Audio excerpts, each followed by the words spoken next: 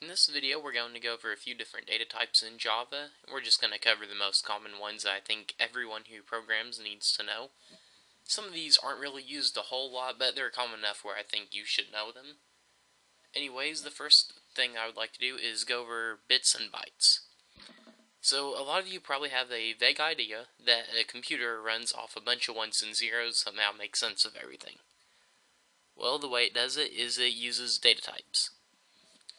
So a byte is just a group of 8 ones and zeros, and a bit is a single one or a single zero. So you'll notice right here that anytime I have like 8 bits, I have 1 byte. Here I have 16, so divide that by 8 and I get 2 bytes. And that just continues throughout this whole chart. Alright, next. I've got a few data types here. The name of, and I have them grouped off a little bit differently. So the first 4 that I have are byte, short, int, and long. Well, the byte gets its name just because it's literally one single byte. It's just 8 ones and zeros. And that has a minimum value of 128, maximum value of 127, which is 2 to the 7th minus 1. There are some pretty easy to spot patterns inside this whole chart right here, with how big a number can get and how many bits or bytes it has. Ignore the pattern down here, it won't hold true. But like, you'll notice the exponent thing is always 2 to the bits minus 1. And the max value of something is always like the positive of the min value, except you subtract 1 from it. That's because the positive value also includes the 0, so they actually have the same number of things that they can be. Anyways, a byte, short, int, and a long. One problem that people have with those is all 4 of these, none of them can actually hold a decimal. So anytime that you want to use a decimal, you'll either have to use a float or a double. There are a few other things that you can use, but those are not very common at all, and we're just probably going to completely ignore them in this course. So another data type that we have, oh yeah, doubles can get huge. Right here it says the max value is approximately 1.8 times 10 to the 308th, which that is true, and that is a huge number. Just to get an idea of how many that is, there are approximately 1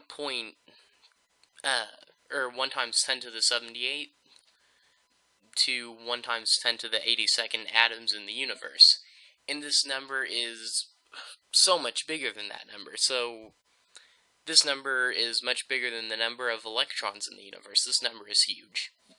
Anyways, the character, or the char, that is just a single character, like what it sounds like. It can be a letter, a number, it can be a weird symbol. And there are, let's see, a little over 64,000 possible characters, but I'm not sure how many of those Java supports. Java will support any normal character that you need to use for it, any of the alphabets, any weird symbols that you might want to use inside your strings. Oh, strings! I knew I was forgetting something. A string is a data type that's made up of a bunch of characters. Say I'd like to print my name Joey, and instead of printing 4 different characters, I would just want to make it a string, J-O-E-Y, instead of character J, character O, character E, and character Y. There's one last data type that we don't have on here, that is a Boolean. A Boolean has one of 2 values. It's either true or false, that's used on a lot of different things. Like, so you have a process you want to complete, and you want to know, well, if X is true, do this, but if Y is true, do this. Well, that data type in there is called a Boolean. Anyways, let's go to NetBeans and show some pretty cool things about these. The reason you really don't need to worry about memorizing the max and min value for things is Java actually will tell you that.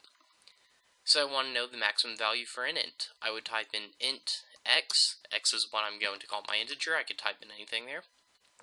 Int x equals Whoops. Alright, anyways, integer with a capital I dot max value. All that should be capitalized, which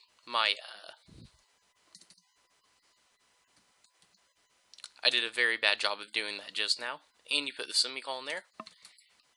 And then I can type in down here for the string, the max value for a integer is, and then I type in that, and that will give me the maximum value for an integer down here. 214748367, which, if I check that chart over here, max value for an integer, 2147, max value 214748367. I think I read that right, but it's going to be equal. You can also do this with other data types. I can figure out a short.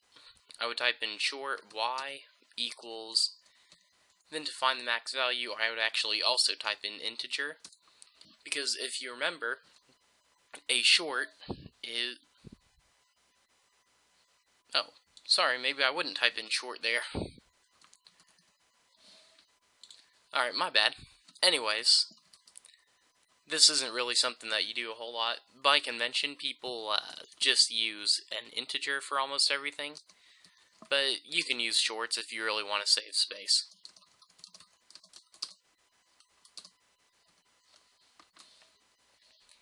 And we can do this with plenty of other data types. Max value is 32767, and on this chart we had 32767, and this would also work for a long or a byte. It would also work for a double, but that's going to give me a huge number. It'll actually put that in scientific notation for me. I might as well do that. So double z equals double with a capital D dot max value.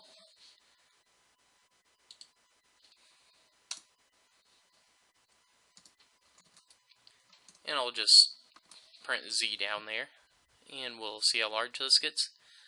Like I said, 1.79769 blah blah blah to the 300 times 10 to the 308th, which is about what I had. I just had 1.8. Like I said, I can't think of any reason why you would want to use a number that big. But if you need to, you know that you have it. And you can actually get bigger numbers than even that, but those aren't something that we're going to cover in this course. Anyways, hope this gave you a pretty good grasp of how different data types work in Java.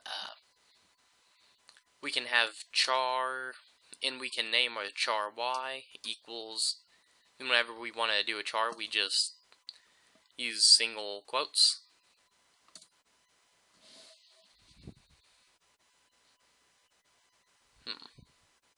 Oh, y is already a variable.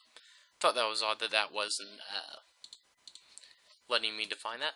Anyways, so I can print, if I tell it to print C there, it will actually print the and sign on this last line, because the char that it's printing is the and sign. C is just what I refer to it as.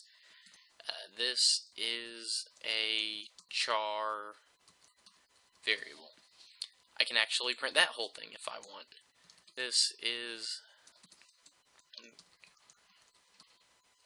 So your char name can actually be a whole lot longer than your char itself. And might as well show you the way to start a string.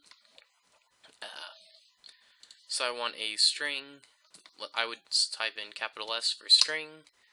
So string, I will call my string Joey equals, then I use double quotations for a string. This is my string. And I spelled that wrong, but we aren't going to worry about that for now.